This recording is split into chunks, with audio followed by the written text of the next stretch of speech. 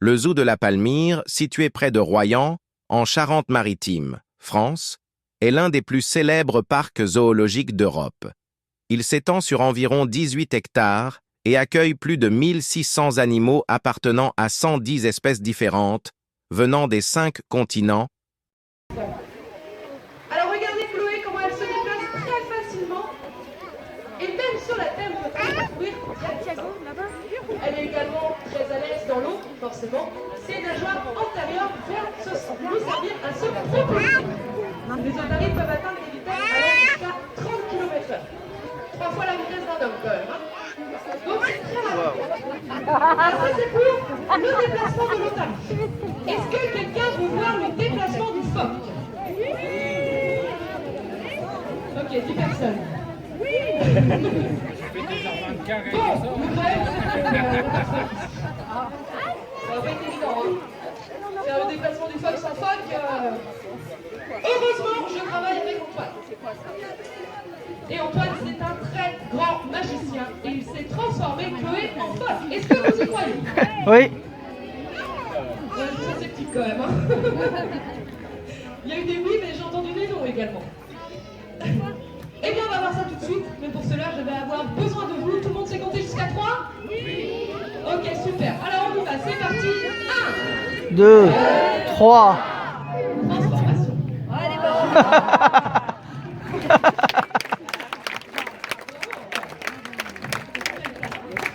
Bon, ok. Ça, c'est un phoque immobile. Mais regardez le déplacement du phoque.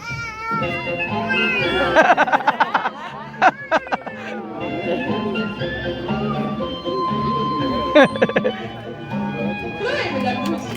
Bravo. Alors, comme vous pouvez voir, hein, les phoques, eux, vont se déplacer en ondulation, en rampant un petit peu comme une chenille. Car ils ont des nageoires antérieures beaucoup trop courtes pour pouvoir soulever le poids de leur corps.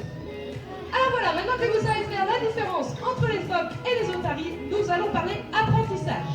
Comment nous faisons pour apprendre tous ces beaux comportements à nos animaux? Eh bien, c'est très simple. Il y a 3 outils. Le premier, c'est la motivation. Et la motivation avec les otaries, ça passe par le... Très bien, le poisson. Tout à fait. Je pense que vous avez bien ça, madame. Donc, la motivation, le poisson. Il y a d'autres motivations chez les otaries, ce sont les jeux. Les otaries sont très joueuses, alors elles vont s'amuser avec des ballons, des jets d'eau, des bouées, des gâteaux de glace.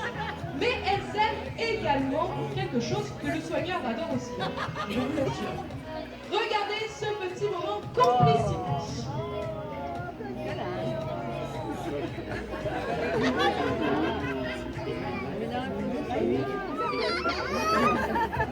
C'est si beau. Ah ben ça va, tranquille. Mesdames, est-ce que quelqu'un veut un massage après le spectacle?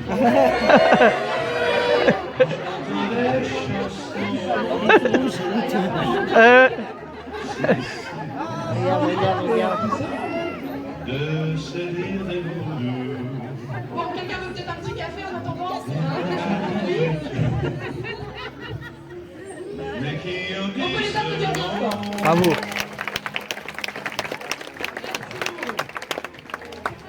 Alors ça, c'est le premier outil, la motivation.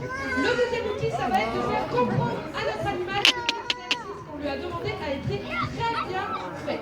Qu'Antoine est très content de Chloé. Alors pour cela, on va utiliser un sifflet qui nous sert à siffler. Oh, voilà. Un sifflet qui nous sert à siffler. Ça va nous permettre de dire à l'animal que ce qu'on lui a demandé a été très bien fait, mais on va également utiliser la voix pour les comportements qui sont proches de nous. Alors on va demander un petit comportement à Chloé, et bien on reste dans la magie, on va lui demander un petit requin, et surtout, écoutez bien Antoine.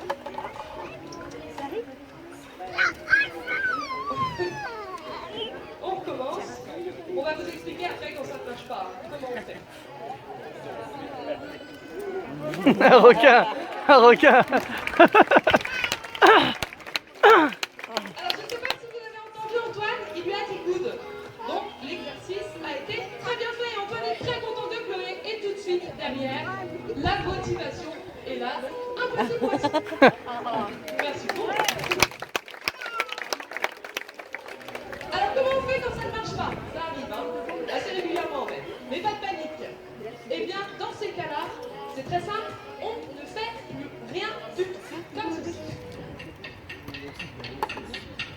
Alors,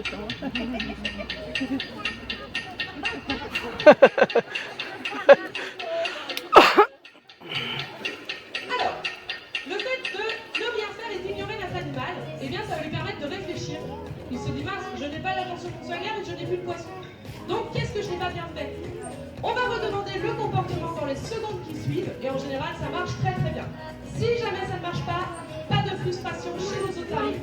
On va y revenir plus tard dans la journée. Alors voilà, ça c'était le deuxième outil. Le deuxième outil. Alors le deuxième outil, le temps pour nous d'aller le chercher, c'est un petit peu comme notre baguette magique. Mesdames et messieurs, voici la cible. D'accord.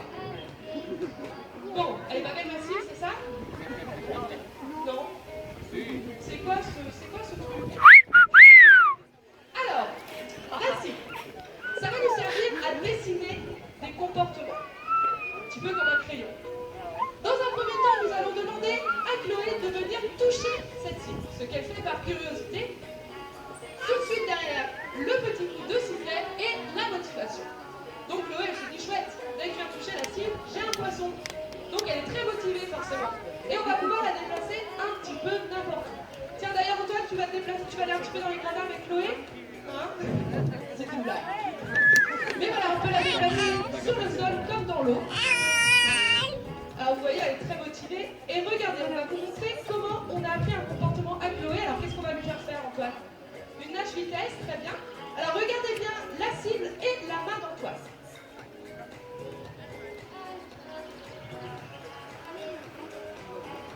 Waouh. Et voilà. Donc Chloé, là, a très bien réalisé ce qu'Antoine lui a demandé. Le principe était de venir suivre et toucher la cible. Alors je ne sais pas si vous avez vu, mais il a introduit un geste en même temps. Donc cette cible, petit à petit, on va la supprimer.